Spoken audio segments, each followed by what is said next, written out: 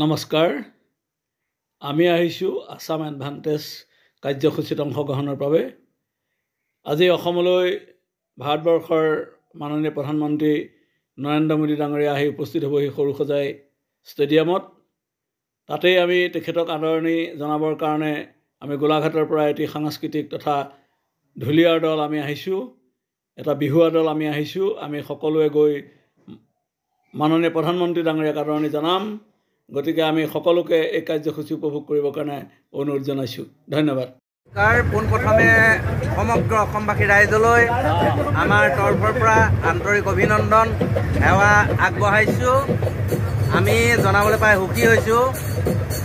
যি 2025ত ঝুমুৰক লৈ Guinness world record কৰিছে অসম চৰকাৰে এই গিনিজ ৱৰ্ল্ড ৰেকৰ্ডলৈ আমাক গোলাঘাটৰ এটি ঢুলীয়া দলক নিমন্ত্ৰণ জনাইছে অসম চৰকাৰে সেয়েহে অসম চৰকাৰৰ নিমন্ত্ৰণ ৰক্ষা কৰিবৰ বাবে আমি এটি ঢোলে তালে পেপাই দলে এটি দল আগবাঢ়ি আহিছোঁ আৰু অসমবাসী ৰাইজে সহায় কৰিব আশীৰ্বাদ কৰিব যাতে এই অনুষ্ঠানটো খুব সুন্দৰকৈ আমি অনুষ্ঠানভাগী পাৰ কৰোঁ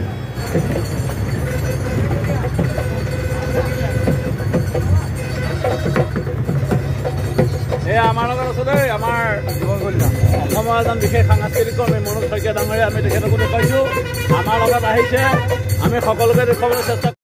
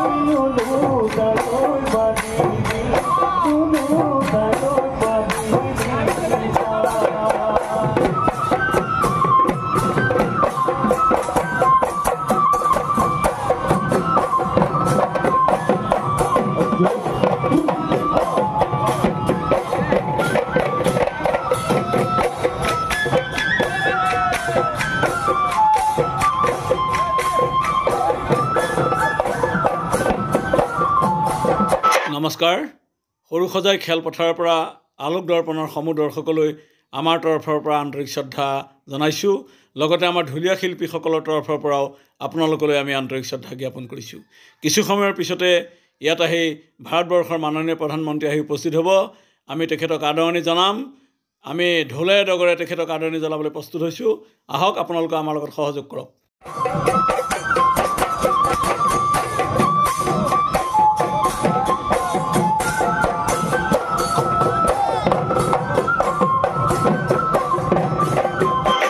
এয়া ৰাইজৰ মাৰ ভঙা দৃশ্য চাওক আৰক্ষী বাহিনীৰ কটকটীয়া নিৰাপত্তাৰ ব্যস্ততাৰ মাজতো আহ্বান কৰি ৰাইজ সোমাই আহিছে আৰু সকলোৱে প্ৰধানমন্ত্ৰী ডাঙৰীয়াক চাবৰ কাৰণে উত্তাল হৈ পৰিছে আহক সকলোৱে আমি এই দৃশ্য উপভোগ কৰোঁ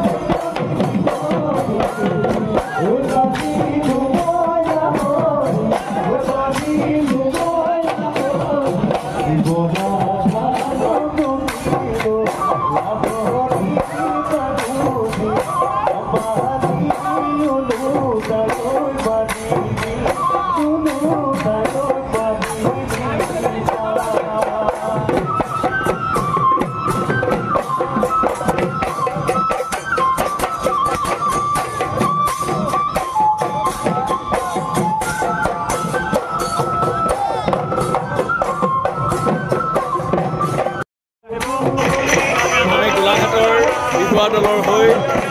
অসমৰ ৰাইজলৈ সেৱা জনাইছোঁ লগতে ভাৰতবৰ্ষৰ প্ৰধানমন্ত্ৰী ডাঙৰীয়ালৈ সেৱা জনাইছোঁ ধন্যবাদ